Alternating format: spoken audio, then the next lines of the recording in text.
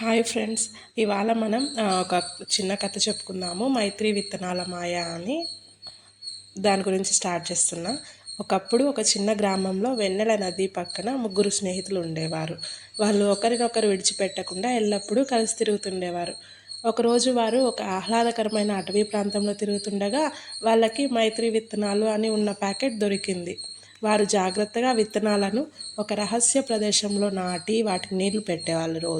ప్రతిరోజు వాటిని చూడటానికి తిరిగి రావాలని నిర్ణయించుకున్నారు.